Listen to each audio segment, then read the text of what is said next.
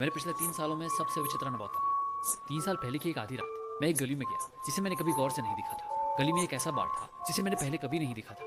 वहां से अजीब संगीत आ रहा था जो आधुनिक पॉप म्यूजिक जैसा नहीं था, बल्कि किसी पुराने सम्मोहित करने वाले धुन की तरह था।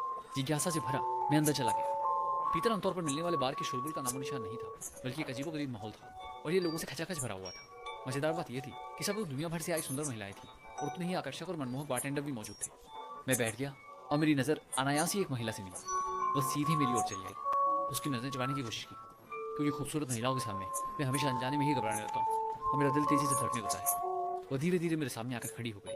उसका चेहरा लगभग मेरे चेहरे से टकरा रहा था। उसकी निर्दोष सुंदरता से मैं इतना चकित हो गया कि सांस लेना भूल गया। उसकी सांसों में एक अद्भुत महक थी, जिसमें शराब के अलावा एक अनजाना खुशबू भी शामिल था, जैसे वो किसी अन्य दुनिया का इत्र हो जिसने मुझे मंत्रमुग्ध कर दिया। पल भर में उसने मुझे अपने घर आने का निमंत्रण दिया।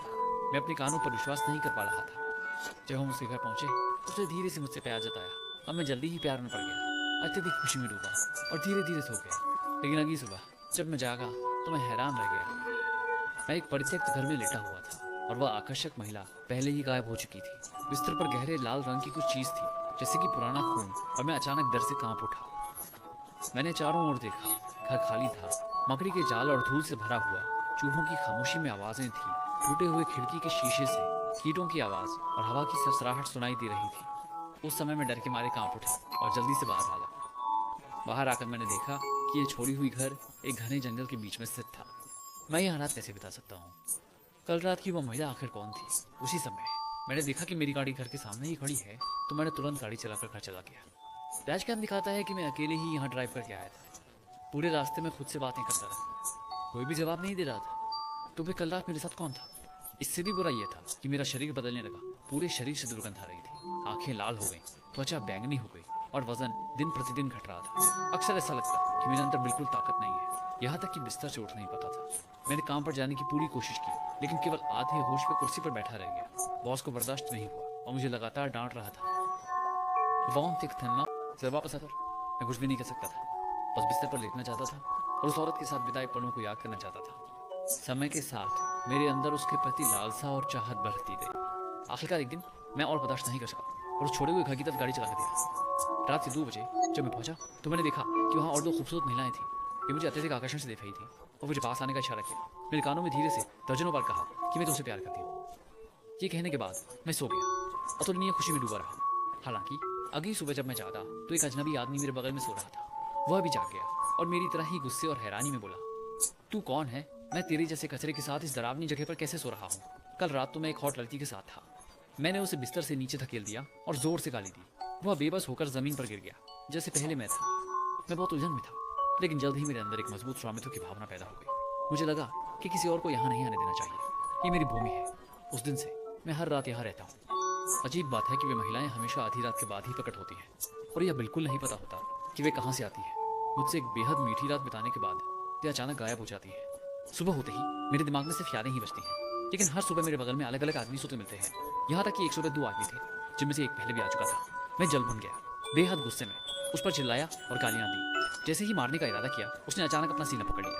मुंह से झाग निकलने लगे और उसके चेहरे पर असहनीय दर्द का भाव था। मैं और उसके बगल वाला आदमी दोनों स्तब्ध रह गए। कुछ ही पलों में वह शांत हो गया और मर गया। फिर दिमाग में अंधेरा छा गया। दूसरी ओर चलाते हो गई, दौड़े दौड़े चलाई पियानो प्लान करने बस को आखिरकार व्यक्ति की मृत्यु हो गई। पुलिस जल्दी पहुंची और जब शव को ले जा रही थी तो के लिए तुम्हें नहीं पता कि यह जगह क्या है। पूछताछ रही। अब हम इस जगह को बंद कर देंगे। जल्दी से यहाँ से चले जाओ और यहाँ और अधिक मत भटकना। हालांकि मैं डरता हूँ, लेकिन उसको वो मिठास की आदत इतनी गहरी लग गई है कि मैं इससे छुटकारा नहीं पा सकता। न केवल मैंने जगह नहीं छोड़ी, बल्कि इस घर के सभी दरवाजों पर ताला भी लगा दिया। ये स्थान केवल मेरा है और किसी को अंदर आने की अनुमति नहीं है। मैं अब भी हर रात यहाँ बिताता हूँ, सुबह अकेले जागता हूँ, इस सुनसान गंदे जगह पर शर्म और डर से लड़ता हूँ। जब मुझे भी पछतावा होता है, लेकिन मुझे लगता है कि मेरे पास कोई और विकल्प नहीं है। बचा हुआ समय मैं केवल ऐसा ही जीवन जी सकता हूँ। मैं बदलाव करने की कोशिश करता हूँ, लेकिन कम नहीं पाता। पूरा दिन उन्हीं औरतों के बारे में सोचता हूँ। कभी कभी अन्य लोग भी दरवाजा खटखटाने आते हैं। मैं उनको डरा धमकाने के लिए हथियार उठा लेता हूँ ताकि वे चले जाएं। वे पागलों की तरह चीखते हैं कि उसने कहा था कि वह सिर्फ मुझसे प्यार करता है और निडर होकर मेरी तरफ चपकता है। मैं इसे उन्हें भुला लिया। हालांकि सारा शरीर घायल था, लेकिन मेरी आंखों में खुशी के आंसू थे। मैंने अपने मुंह में की अच्छा की। दिन ब दिन गुजरते गए, मेरा शरीर हड्डियों से चिपक गया जैसे एक कंकाल। मैं समझ नहीं पा रहा था क्यों, लेकिन मैं अब चल नहीं सकता था। केवल बिस्तर पर पड़ा रहना पड़ता था, सुबह से शाम तक। मैंने भी लंबे समय से काम पर नहीं गया था। जैसी उम्मीद थी, मैं निर्धन और दयनीय हो गया।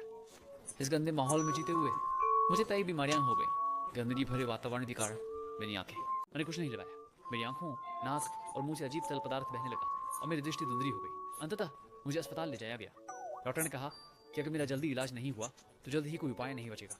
बावजूद इसके इस प्रकार मैं उस प्रत्येक घर में वापस जाने से खुद को रोक नहीं पाया और मेरी माँ ने मुझे रोक लिया। भले ही मुझे पूरी तरह से बांध दिया गया, मैं उन महिलाओं के बारे में सोचना नहीं रोक पा रहा था जिससे मैं मंत्रमुग्ध हो गया था, और यह सोचते हुए मेरा दिल टूट रहा था। डॉक्टर मुझे शांत करने के लिए केवल आरामदायक दवाई का इंजेक्शन दे सकते थे। महीनों की अनिवार्य चिकित्सा के बाद मैं धीरे धीरे सुधारने लगा और सब कुछ आखिरकार सामान्य स्थिति में लौट आया। वहाँ की वो महिलाएं सच में मुझसे प्यार नहीं करती थी, वे सिर्फ मुझे मारना चाहती थी। मुझे हैरानी हो रही थी कि बाद में मैं उनकी शक्लें, फोन या कोई भी जानकारी बिल्कुल याद नहीं कर पाया। सामान्य होने के बाद मैं कभी भी उस जगह नहीं गया, लेकिन मुझे पता है कि आज भी कई पुरुष किसी जादू से खींचे उस छोड़े हुए घर में जाते रहते हैं और उनका इंतजार सिर्फ उनकी खुद की तबाही कर रहा है। मैंने बचाया, क्योंकि अगर मैंने फिर से उस घर में कदम रखा तो सच में कोई वापसी का रास्ता नहीं बचेगा। इसलिए मैं यहाँ सभी को चेतावनी देता हूँ, अगर आपको इन औरतों का सामना हो तो उनके जाल में न फंसें। वे वास्तविक नहीं है, केवल आपकी कल्पना में मौजूद भ्रम है।